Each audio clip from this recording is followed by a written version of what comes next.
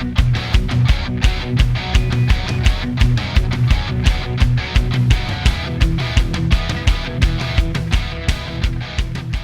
buenas tardes a todos y bienvenidos a el webinar de resolución del caso de la tercera jornada de la Liga de Casos Serán. Yo soy Clemente García del equipo de coordinación y hoy tengo el enorme placer de estar acompañado por dos auténticas referencias de la neuroradiología y miembros del jurado del caso de este mes de neuroradiología precisamente, que son los doctores José Manuel Muñoz Olmedo, neuroradiólogo vascular intervencionista del Hospital Universitario de Getafe en Madrid y además una figura súper importante para nosotros los residentes Serán, puesto que fue nuestro representante hace unos años. Hola José, ¿qué tal? ¿Qué tal? ¿Cómo estás? Bien, Bueno, yo bien, muchas encantado gracias. de que contéis conmigo, pero me da un poco de vergüenza que me pongas al nivel de la siguiente persona a la que vas a presentar, porque eso Y son palabras mayores. bueno, y ahora tengo también el enorme placer de decir que nos acompaña también la doctora Ramos, que es la jefa de sección de neuroradiología del Hospital Universitario 12 de Octubre en Madrid, una auténtica referencia en la neuroradiología para también nosotros, todos los resis que nos gusta la neuro y que además repite como jurado en la Liga de Casos Seram. Así que, Ana, muchísimas gracias un año más por estar con nosotros. Muchísimas gracias a vosotros por la invitación y esto, la verdad es que es un placer. Aprender con los casos siempre es una de las cosas que más nos gusta a todos. Así que muchísimas gracias por la invitación y espero que os guste el caso. Y bueno, mi siguiente agradecimiento es, como no podía ser de otra forma, a todos nuestros participantes. Este año la verdad que la participación que estamos teniendo es excepcional y de hecho tengo que reconoceros que en esta jornada han habido cuatro equipos que han sacado 15 puntos y han quedado por lo tanto empatados. Son Transepiplo y Casetal del Hospital Universitario de Cruces, Los Espiculados del Complejo Hospitalario Universitario de Toledo, Rad Masters de Mutua Terrassa y Espacio Cáceres del Hospital Universitario de Cáceres. Enhorabuena a todos, pero como sabéis de otras jornadas, el desempate se decide por los que primero terminarán de contestar, que en este caso ha sido Transepiploicas et al. Del Hospital Universitario de Cruces. Enhorabuena compañeros, os vamos a contactar por mail para que podáis elegir el curso de la plataforma de formación SERAM que vosotros deseéis. Y eso es todo por mi parte, ahora doy paso a los expertos, así que quedo a vuestra disposición. Compartid pantalla, por favor. Muy bien. A ver, compartir, compartir. Muy bien. ¿Estáis viendo mi pantalla? Ahora sí. Ahora sí, genial. Bueno, pues si os parece bien, vamos a leer un poco la resonancia que hemos mandado y antes vamos a decir la solución y luego vamos a ir viendo lo más interesante. Lo que tenemos aquí, lo que hemos estado viendo, se trata de una fístula dural infratentorial a la tórcula tipo 5 de la clasificación de Coñar, con un cerebelo absolutamente ingurgitado y un drenaje perimedular muy llamativo. Entonces, vamos a ir viendo las principales secuencias y lo que vemos en cada uno de ellas, ¿vale? Aquí tenemos el FLAIR en el que vemos, vamos a empezar por abajo. Vemos un cerebelo muy ingurgitado, con algunas hiperintensidades de señal, un cuarto ventrículo casi completamente colapsado, y arriba, si os fijáis, hay aquí un drenaje y unas hiperintensidades de señales periventriculares, probablemente por el edema transependimario. Lo siguiente que podemos hacer, si queréis, nos vamos a un TOF sin contraste, que lo debo tener. Que lo debo tener. ¿Dónde está? El TOF. Aquí. Un TOF sin contraste en el que si os fijáis, ¿no? Vemos las arterias y vemos estas pequeñas hiperintensidades de señales aquí, esto adyacente a la tórcula y se intuyen algunas estructuras como de vasos anómalos que tienen una captación de señal ligeramente, un aumento de señal ligeramente leve, pero no tanto como las arterias. Cuando le añadimos contraste a este TOF, ya llama muchísimo más la atención, ¿verdad?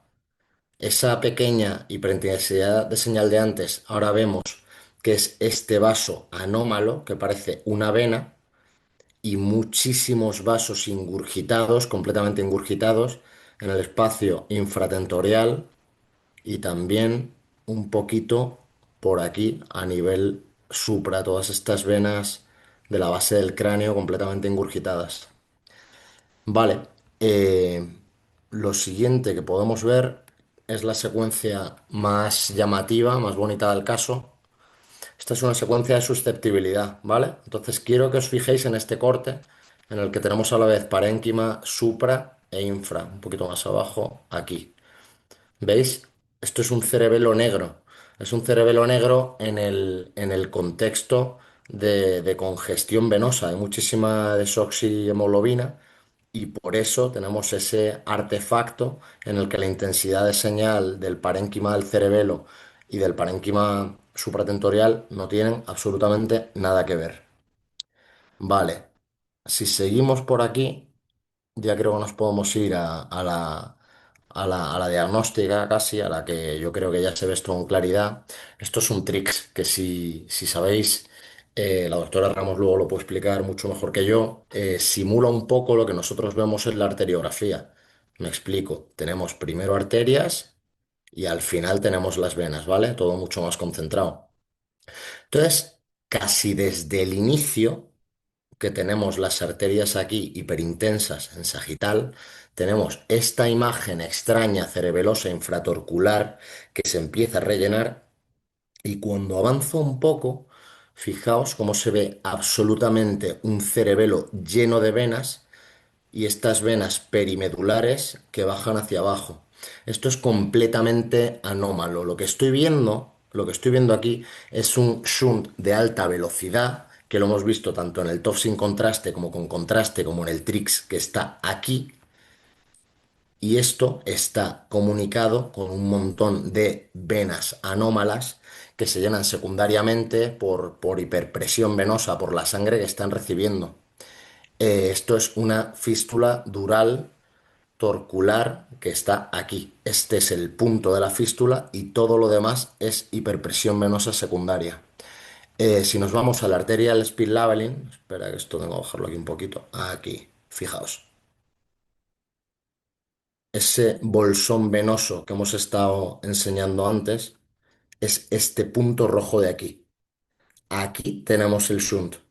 Todo lo demás es secundario a ese shunt de alta velocidad que se produce ahí. Y cuando nos vamos al sagital T2, fijaos, tenemos aquí la médula espinal y todos estos vasos que están delante y detrás de la médula son venas completamente ingurgitadas.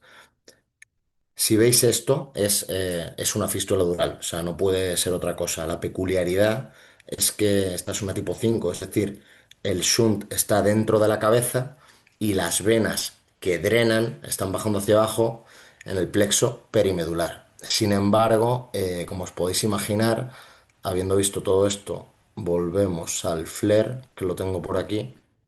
Los síntomas en este caso no venían por la médula, ¿no? Sino que venían por este cerebelo congestivo venoso absolutamente ingurgitado, que está, como veis, colapsando prácticamente el cuarto ventrículo y que requirió la colocación de un drenaje que veis aquí.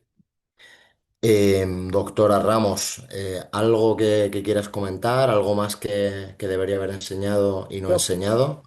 yo creo que lo has hecho muy bien. Si quieres, luego al final resumimos un poco, pero yo creo que ahora vamos a la arterio porque lo has hecho fantástico.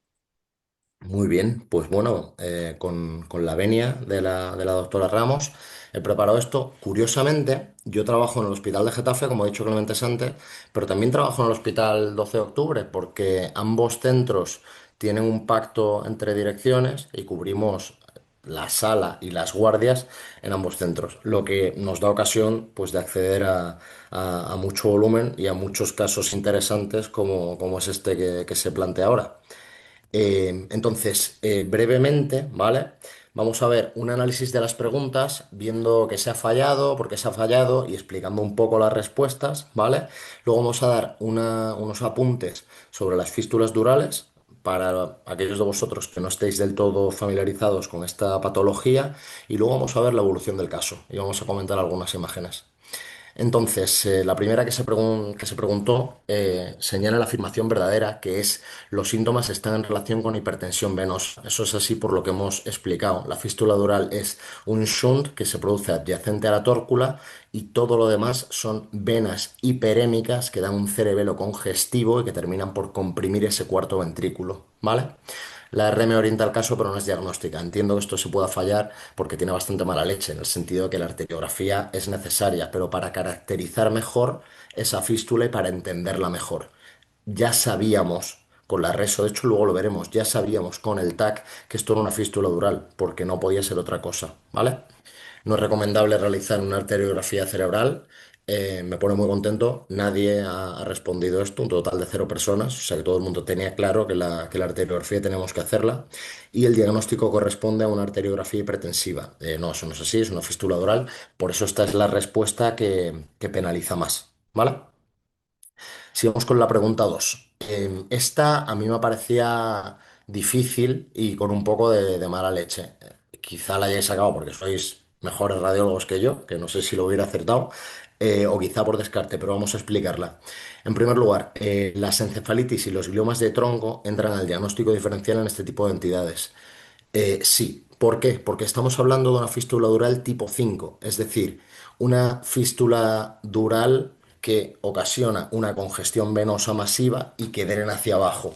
Si tú lo primero que tienes de este paciente es una resonancia normal sin secuencias vasculares, puede que lo que veas es una hiperintensidad de señal en el tronco del encéfalo difusa o en la médula. Bueno, ahora estamos en el tronco. Esto puede ser una encefalitis y puede ser un glioma hasta que se demuestre lo contrario. Entonces, en una primera aproximación radiológica, por supuesto, tienes que pensar en eso, ¿vale? Esta la falla mucha gente y yo creo por no leer.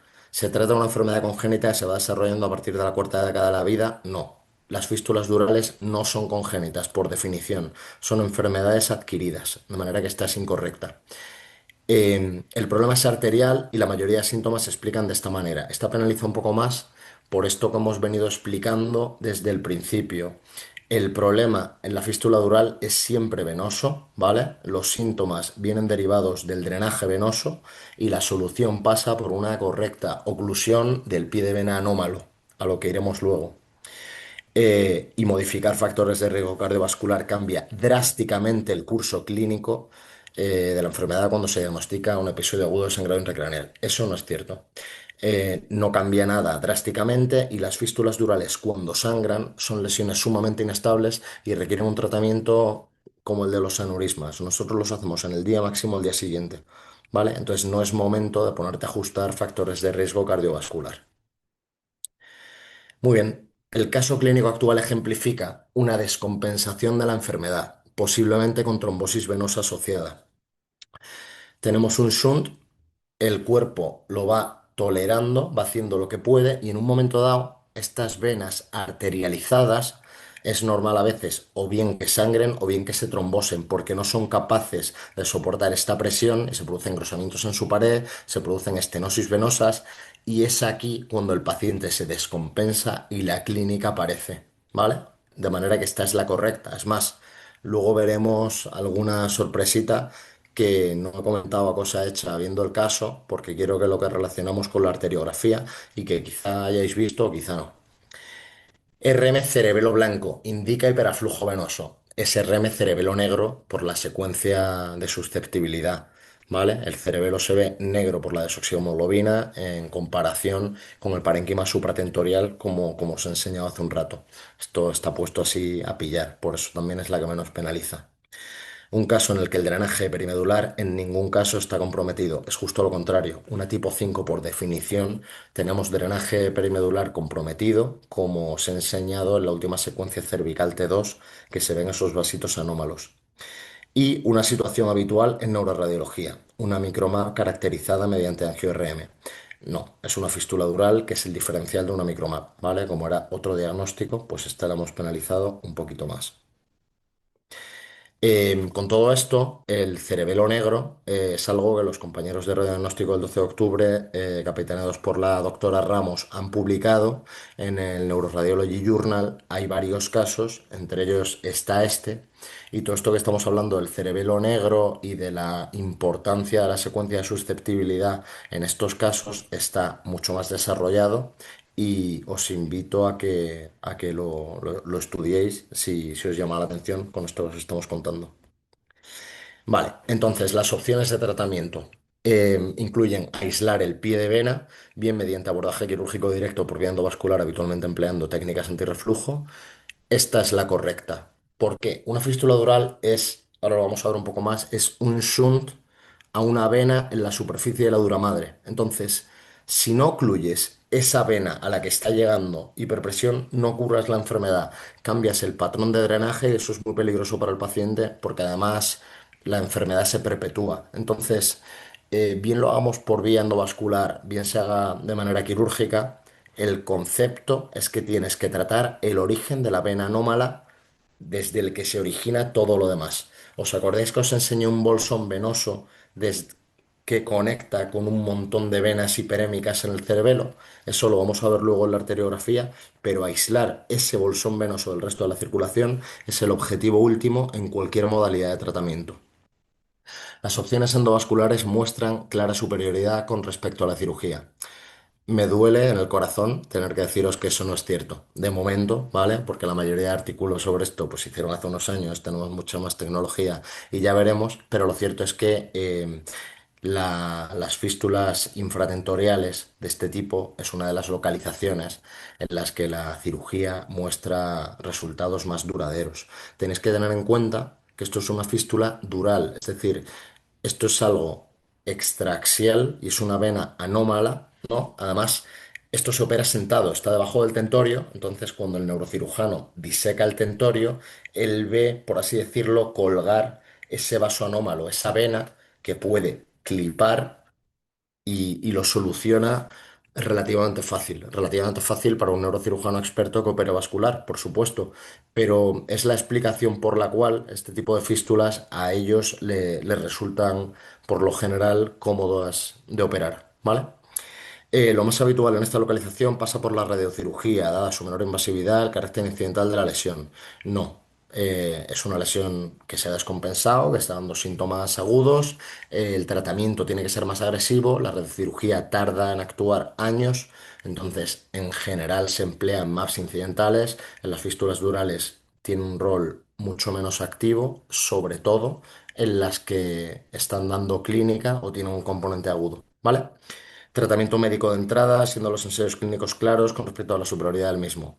No hay ensayos clínicos al respecto, no hay superioridad del tratamiento médico y yo soy neuroradiólogo intervencionista. ¿Te crees tú que yo me sé el tratamiento médico de las fístulas durales? Evidentemente, no. Esta es completamente falsa. Bien, esta me ha sorprendido porque esta me parece una pregunta, o sea, esta para mí es la más difícil y yo es la que puse pensando que mucha gente se equivocaría y sin embargo la habéis acertado un montón. El grado de daño neurológico se correlaciona mejor con el patrón de drenaje venoso que con el tamaño del shunt arterial.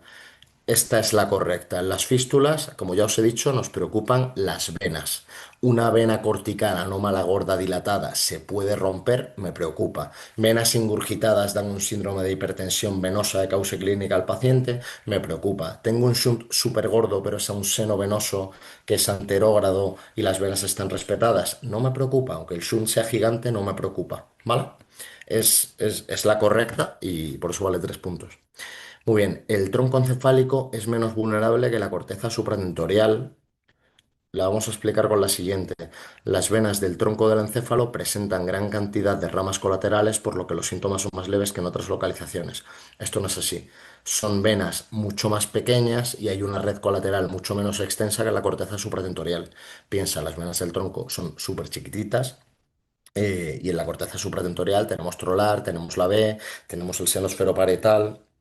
Tenemos muchas maneras, los petrosos, de que la sangre desagüe y cambie de un sistema a otro cuando presenta hiperaflujo. Y las venas son mucho más gordas. Cualquier vena supratentorial.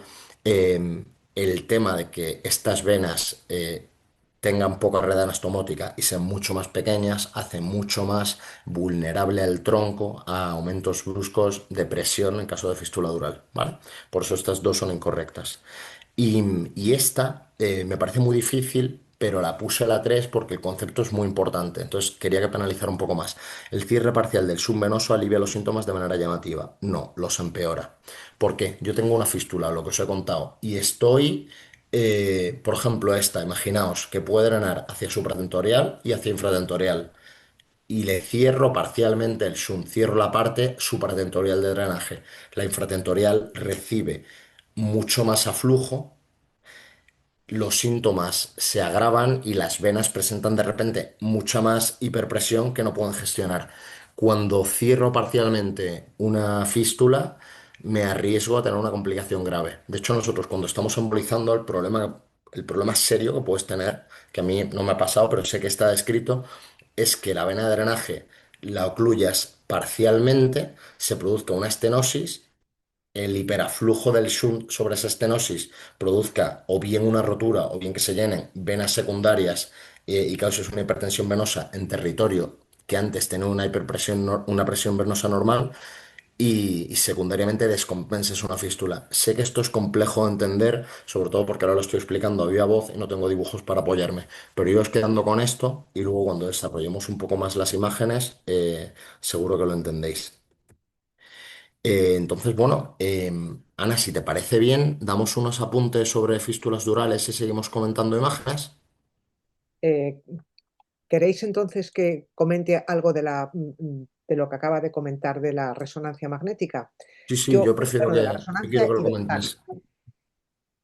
Antes de que Adelante. os cuente un poquito más, José, yo creo que solo quería apuntar porque has hecho una discusión muy bonita y me han encantado las preguntas, además, que ha puesto José. Me gustaría deciros en qué podemos nosotros hacer hincapié para el diagnóstico de una fístula dural. Nosotros, como ya os diremos, solo podemos diagnosticar sin hacer un estudio dinámico las fístulas durales que tienen drenaje venoso, porque si no, nosotros si hay una fístula directa con flujo anterógrado, nosotros en resonancia no vamos a ver nada. Vemos cuando hay esas dilataciones de las venas que nos ha contado José. Yo os voy a decir qué es lo que hacemos. Tenéis que mirar muy bien vuestro T2, porque en el T2 vamos a ver venitas, estructuras vasculares, que después serán venas, dilatadas. Como es muy frecuente en la fosa posterior, las vamos a ver en la región peritroncular y en la región del cerebelo. Después, si sospechamos que hay una fístula dural, tenemos que seguir. ¿Y cómo seguimos? Pues hay una serie de trucos que si queréis los cuento ahora o igual no sé, los cuento ahora. El arterial spin labeling es una técnica que es muy fácil de hacer, muy fácil, yo desde luego os animo, porque hay muchas, no es muy bonita, lo que vamos a ver es el flujo sanguíneo cerebral, como nos ha visto José, que ahora nos está enseñando esto, y muchas veces nos da el tip, nos da el truco de dónde está la fístula para que nosotros se lo podamos comunicar a nuestros colegas, a los neuroradiólogos intervencionistas. En este caso, vemos porque lo que vemos es alto flujo. Y aquí está este punto rojo de altísimo flujo que nos ha enseñado José. Luego el SWAN es otra secuencia que nos ayuda mucho. ¿Por qué? El SWAN ve dos cosas o ve varias. Primero ve estas zonas que nosotros lo describimos en ese artículo que ha contado José en 6 casos, que cuando hay una hiperemia, por así decirlo, venosa, vamos a ver zonas negras, como aquí, precisamente por lo que ha contado José, porque hay un aumento, una congestión de flujo de sangre muy rica en deoxihemoglobina. Pero además, mirar otra cosa que veis en este SWAN. Veis que las venas, como tienen una fístula, están blancas. Entonces, venas, estructuras venosas blancas nos tienen que dar el chip de que podemos estar delante de una fístula dural. Y cuando estamos delante o tenemos dudas de una fístula dural, ahora os voy a comentar dos grandes formas de hacer angio-RM que nos ayudan. En el 3 de TOF sin contraste, como hay una fístula entre arteria y vena, una fístula directa, sin nidus, lo que vamos a ver de repente es un punto de vena que también se ve como las arterias, que se va a ver blanco en el 3 de TOF sin contraste. Por ejemplo, aquí, mira lo que señala José, donde hay mucho flujo donde hay flujo arterializado, lo vamos a ver blanco. Entonces vemos nuestras estructuras venosas blancas. Y luego ya si queremos asegurarnos y ayudar un poquito bueno, que no necesitan ayuda porque ellos lo hacen después muy bien, pero si queremos cerciorarnos, hacemos lo que llamamos las secuencias dinámicas multifase, que dependiendo de la máquina, unas las llaman tricks, otras tracks, en fin, que lo que vamos a hacer, como ha dicho José, son secuencias muy rápidas que duran entre 1 y 2 segundos cada fase, que es mucho para una arteriografía, pero es muy poquito para un arterio, donde efectivamente vemos cómo se rellena y vamos a estudiar el punto donde vemos en fase arterial rellenarse una arteria. Y esto es lo que nosotros miramos en resonancia magnética cuando vemos alguna estructura dilatada venosa que nos orienta que puede existir una fístula dural. Y ahora os voy a dejar con José, que os va a explicar fantásticamente estas fístulas durales que desde el punto de vista neuroradiológico nos gustan mucho por dos motivos. Primero, porque nosotros hacemos el diagnóstico y porque nosotros también podemos curarlas, como es el caso de los neuroradiólogos intervencionistas. O sea, es un compendio maravilloso. Y además normalmente van muy bien, ¿no, José? Sí, la verdad que en general tenemos muy buenos resultados. Mi orgullo se ve resentido porque esta no la embolizamos, pero bueno, no se gana siempre.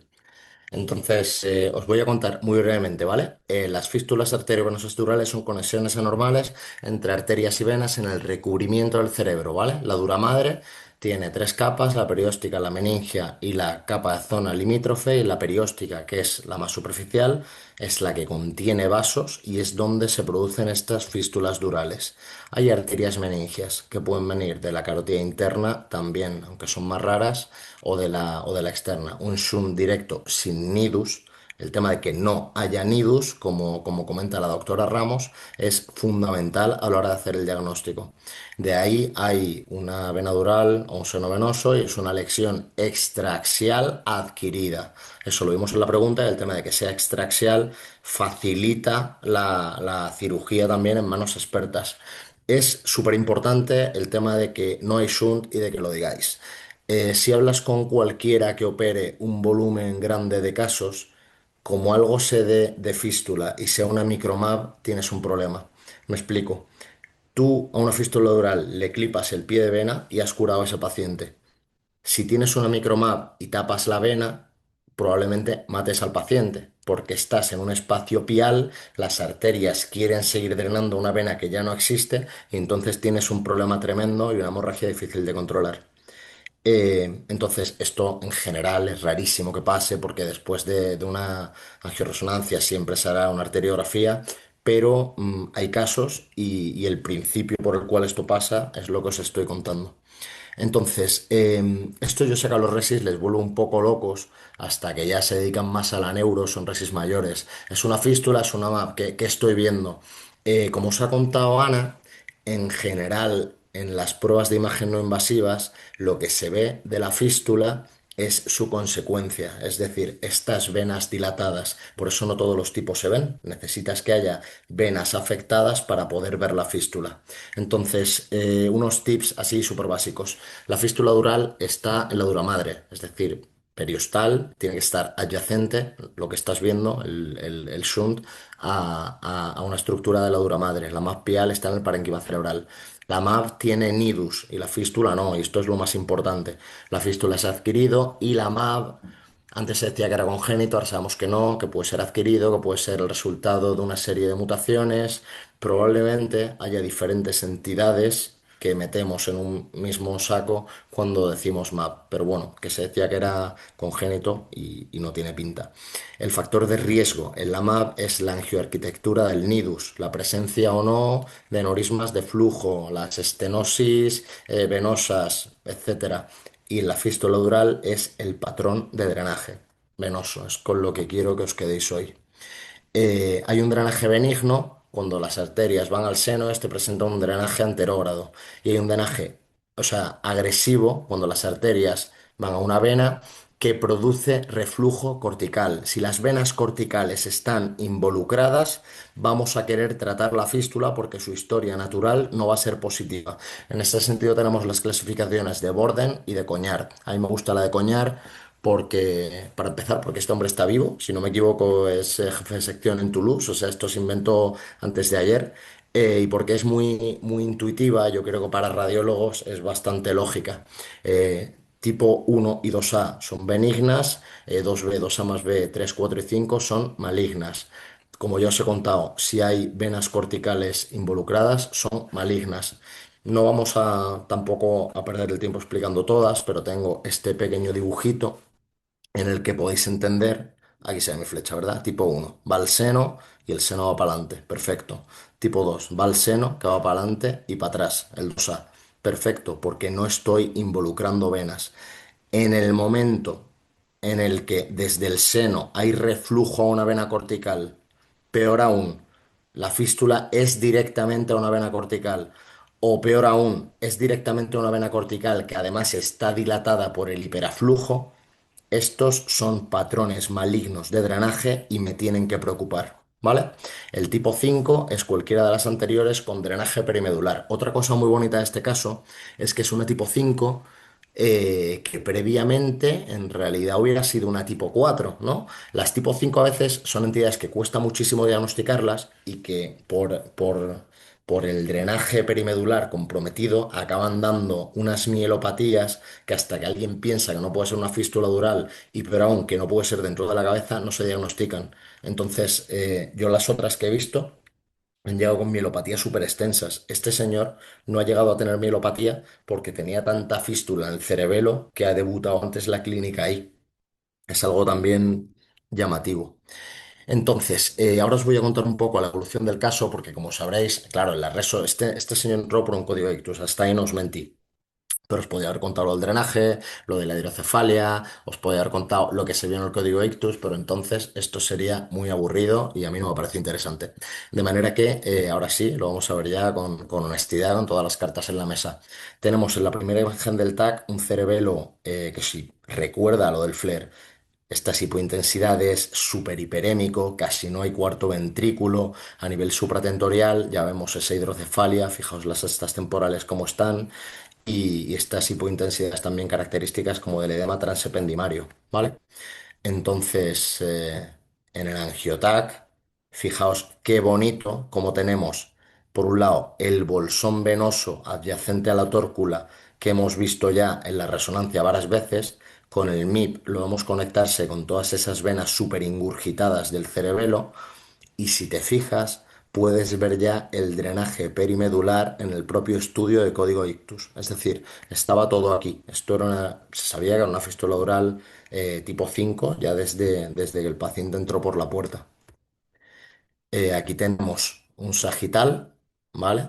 En el que vemos exactamente lo mismo, venas muy ingurgitadas y este bolsón infratentorial, que es el pie de la vena anómala, y todo el drenaje perimedular, igualmente súper ingurgitado, y es una imagen preciosa para tratarse de TAC, que en este sentido suele ser mucho menos florido a la hora de detectar estas cosas. Entonces, aquí le hacemos la arterio, ¿vale? Eh, Muchos de vosotros no estaréis familiarizados con la arteriografía, entonces lo vamos a ver con calma. Hay aquí tres ramas que me llaman la atención. Esta es la arteria occipital, que hasta aquí es normal. Esto ya es bastante más raro. Esta es una rama que sale de la división posterior de la faringe ascendente. Fijaos, la división anterior es un pelito que tenemos por aquí. Fijaos qué pedazo de división posterior gorda. Esto ya me dice aquí va a haber tomate. Esto en general no lo ves si al paciente no le pasa algo. Pero hay algo mejor todavía. Espera, he perdido mi flechita. Aquí. Tengo esta temporal superficial súper finita, ¿vale? Y tengo una arteria meningia media cuya división anterior es un pelo y cuya división posterior, que es esta de aquí, es 5 veces el tamaño de la anterior. Esto hay algo que le está pidiendo mucho flujo a las ramas de la carótida externa. Si tengo estas dos ramas tan hipertrofiadas, la división posterior de la meningia media y la posterior de la faringe ascendente, y eso lo vemos en una fase más tardía, ¿vale? Esto es una fase arterial precoz. Nosotros habitualmente hacemos las arteriografías, ¿vale? En este caso lo hicimos por vía femoral, subimos un catéter de 5 French a la carótida externa y habitualmente hacemos las imágenes, las arteriografías a 2 o a 3 imágenes por segundo. En MAVs y fístulas durales las hacemos a 6 por segundo para tener un detalle anatómico muy marcado en fases arteriales, venosas y tardías. Entonces, fijaos lo que os contaba. Había tres ramitas, la posterior de la meningia media, que a su vez se divide en dos, la posterior de la faringe ascendente y la occipital. ¿Y todo eso a qué va? A este bolsón venoso que secundariamente drena a venas anómalas, como ya veremos. Entonces quiero que os quedéis con esta imagen. Esta es una imagen lateral tardía en esta misma proyección. Todo esto son venas del cerebelo superingurgitadas. Conecta también con venas supratentoriales, como comentamos en la reso, y con el drenaje perimedular, que también está hiperémico. Sin embargo, hay algo aquí que me llama la atención, que no sé si os habréis fijado, es esto que se queda aquí colgado. Ese es mi gato Salem, vete de aquí. Esto que se queda aquí colgado, ¿lo veis? Eso es una vena que está colgada porque es una trombosis venosa que probablemente sea la que ha hecho que esta fístula se descuajaringue y el cerebro sea incapaz de drenar la cantidad de sangre que está teniendo. Y decís, ¿y esto se veía en la reso? Sí se veía en la reso, pero me lo guardo hasta ahora porque la imagen me parece preciosa. Aquí tenemos lo mismo en una proyección AP, todas las venas hiperémicas y este bolsón que está arriba del pie de vena original que se queda parado. Y aquí tenemos este repliegue dural en la secuencia de susceptibilidad engrosado con esto que sale hacia arriba. Este era el componente de desagüe supratentorial de la fístula que al trombosarse por hiperaflujo venoso ha hecho que se descontrole totalmente a nivel infratentorial. Una cosa, o sea, a mí esto me fascina, que además somos capaces de verlo en diferentes modalidades de imagen. Bien, aquí tenemos el aporte desde la carótida externa izquierda, ¿vale? También llegan ramas de la occipital y la división posterior de la meningia media, que está súper gorda, ¿vale? Compara, aquí está la meningia media a su lado y aquí viene la posterior, que es cuatro veces más. Entonces, fijaos, esto es lo más interesante de las fístulas durales. Uno, para tratarlas, tiene que entenderlas y para entenderlas tienes que buscar un pie de vena anómalo. Esto es mucho más fácil con una secuencia dinámica. Yo os estoy enseñando solo un corte, pero quiero que veáis cómo esta red de arterias, esta arteria, conecta con todas estas, que son los aportes de todas las ramas que he descrito, de la occipital por aquí abajo, de la meningia media, forman un cascarón de ramitas, pero el shunt es a esta vena. Este es el origen desde el cual salen todas esas venas como una medusa. Si tú eres capaz de tapar esto, has curado la fístula. Y eso se puede hacer poniendo un clip o embolizando con técnica antirreflujo y asegurándote de que ese pie de vena se queda completamente negro. Se le puso a este señor el drenaje en el escáner y posteriormente se hizo la resonancia que vosotros ya la habéis visto con escáner. Esa resolución no la comento porque es la que hemos comentado tanto yo como la doctora Ramos y se decidió por la localización. Era un pie de vena muy posterior, muy superficial, extraxial, accesible, debajo del tentorio. Se coloca un clip en ese pie de vena, se clipa. Entonces, quitando ese pie de vena, vemos esta imagen tan espectacular. Esta es una fase arterial desde la arteria carótida externa derecha y las ramas de la meningia media que llegaban hasta atrás.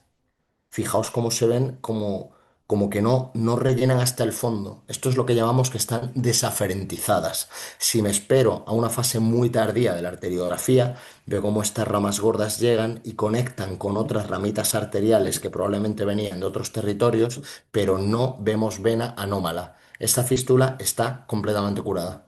Este señor luego tuvo un ingreso un poco tórpido porque hubo que colocarle una válvula, se le infectó, hizo una neumonía y estuvo varios meses en el hospital, de donde salió habiendo mejorado bastante. Fijaos, esta es desde la otra carótida, que tampoco vemos ya el pie de vena. Y aquí tenemos, para que lo veáis, el antes. ¿Veis la división de la meningia media? Que aquí se divide, da todo esto y se ve el pie de vena y que están desaferentizadas y no vemos pie de vena. Y fijaos por aquí. Esto es algo muy llamativo, porque aquí estamos viendo dos procedimientos, pero cuando nosotros las tratamos en la sala, nosotros con las fístulas pasamos muchísimo tiempo queriendo entenderlas. Cuando las entendemos, pasamos muchísimo tiempo llevando los microcatéteres y seleccionando la estrategia, qué tipo de embolizante, qué densidad es compatible, no lo es, qué técnica antirreflujo, pero luego las curas y haciendo una inyección breve y tapando ese pie de vena, la arteriografía pasa a cambiar como mágicamente, ¿no? En minutos pasas de tener lo de la izquierda a lo de la derecha. Eso es una cosa impresionante. 5 meses más tarde se repitió la resonancia y como podéis ver ha mejorado muchísimo el efecto cerebelo negro, que es casi normal y tampoco vemos esas venas blancas arterializadas a las que se refería la doctora Ramos. De manera que este es el caso, las fístulas son mucho más que eso, espero que os haya servido como una primera aproximación y que os haya interesado. Aquí tenéis mi correo para cualquier cosa que podáis necesitar y recordaros que merece la pena rotar en neurointervencionismo. La neuroradiología la vais a aprender muy bien con nuestros compañeros de diagnóstico, pero este enfoque de patologías neurovasculares yo creo que es también interesante que lo veáis con nosotros. Así que de nuevo reiterar mi agradecimiento a todos y espero que de verdad lo hayáis disfrutado. Muchas gracias.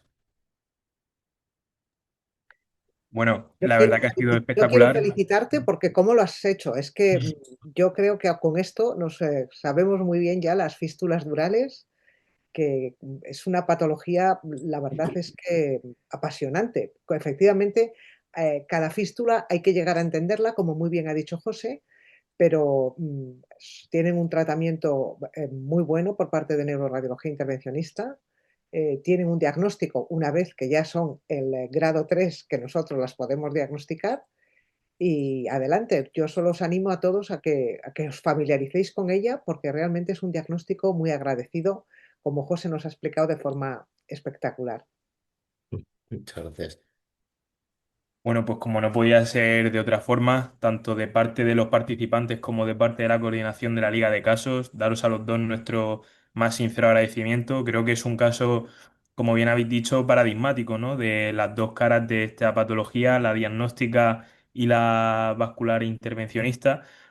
También, como no podía ser de otra forma, recomendaros que le echéis un vistacito a ese fantástico trabajo de la doctora Ramos y colaboradores, en el que además se describen otros signos radiológicos muy interesantes para la caracterización o la sospecha de este tipo de lesiones, que de hecho estaban presentes algunos, como puede ser el patrón pseudoflevítico, ¿verdad, doctora Ramos? Y que también pueden implicar señal de gravedad, ¿no? Y lo que hemos visto en este paciente, una congestión venosa. Bueno, recordar a todos nuestros asistentes que el caso va a quedar grabado y subido al canal de YouTube de la SERAM, que podéis dejarnos vuestras preguntas y recordaros que nos estamos acercando a la final. Así que ahora todos los equipos lo que tenéis que hacer es conseguir puntos y para ello anunciaros que este martes tenemos una jornada muy especial puesto que va a ser un caso doble. El martes se abren oficialmente mama y musculoesquelético. Así que esperamos que se mantenga esta participación excepcional y una vez más daros las gracias, José y Ana, por haberos sumado a este proyecto y por todo lo que habéis hecho y estas imágenes tan espectaculares y enriquecedoras. Muchas Nada, gracias gracias a a vosotros por vosotros. este esfuerzo, porque es una iniciativa además muy bonita. Y por supuesto, gracias a José. Y gracias a Ana por haberme echado un cable con todo. Pues muchísimas gracias a todos y nos vemos pronto. Muy bien, muchas gracias. Hasta Hasta luego. luego. Al próximo caso.